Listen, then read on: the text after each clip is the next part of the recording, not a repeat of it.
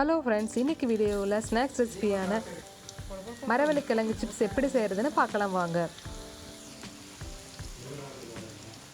Welcome to Shobi's home. மரவள்ளிக்கிழங்கை நல்லா பிடுங்கி எடுத்துகிட்டு வந்துட்டு ஒரு முறை நல்லா வாஷ் பண்ணிவிட்டு இந்த மாதிரி பீலர் வச்சு நல்லா சுத்தமாக க்ளீன் பண்ணி எடுத்துக்கலாம். இதே மாதிரி எல்லா கிழங்கையும் க்ளீன் பண்ணி எடுத்துக்கலாம். இப்போ சிப்ஸ் செய்வதில் இந்த மாதிரி சின்ன சின்ன ஸ்லைஸாக ரவுண்டாக சீவி எடுத்துக்கலாம். பாருங்கள், ரொம்ப லேஸாக இருக்குது. இந்த மாதிரி எல்லா கிழங்கையும் சீவி எடுத்துக்கலாம். இதை ஒரு நல்ல ஒயிட் கிளாத்தில் பரப்பி வச்சுக்கலாம். என்னோட ஈரப்பதமெல்லாம் போகிறதுக்காக இந்த மாதிரி பரப்பி வச்சுக்கோங்க. இப்போ எண்ணெய் நல்லா காஞ்சிருச்சு. நம்ம சீவி வச்சுருக்கிற குச்சிக்கிழங்கு இதில் சேர்த்துக்கலாம்.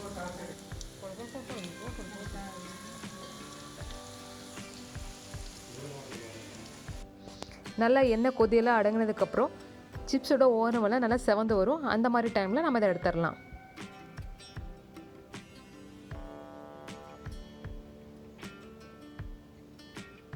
பாருங்கள், அந்த சிப்ஸோட எட்ஜஸ் மட்டும் நல்லா செவந்து வந்திருக்கு. இந்த மாதிரி டைமில் நம்ம இதை எடுத்துடலாம்.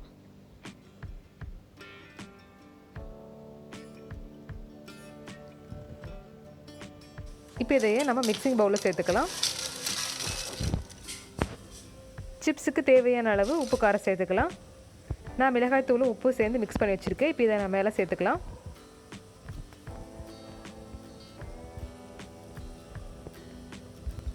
நல்லா எல்லாத்தையும் ஒரு முறை குலுக்கி விட்டு நல்லா மிக்ஸ் பண்ணி எடுத்துக்கலாம்.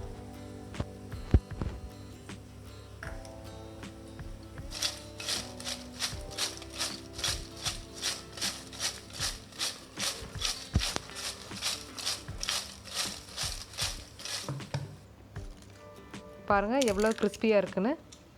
ஒரு முறை செஞ்சு பார்த்துட்டு எப்படி வந்துச்சுன்னு கமெண்ட்டில் சொல்லுங்கள். Thank you friends.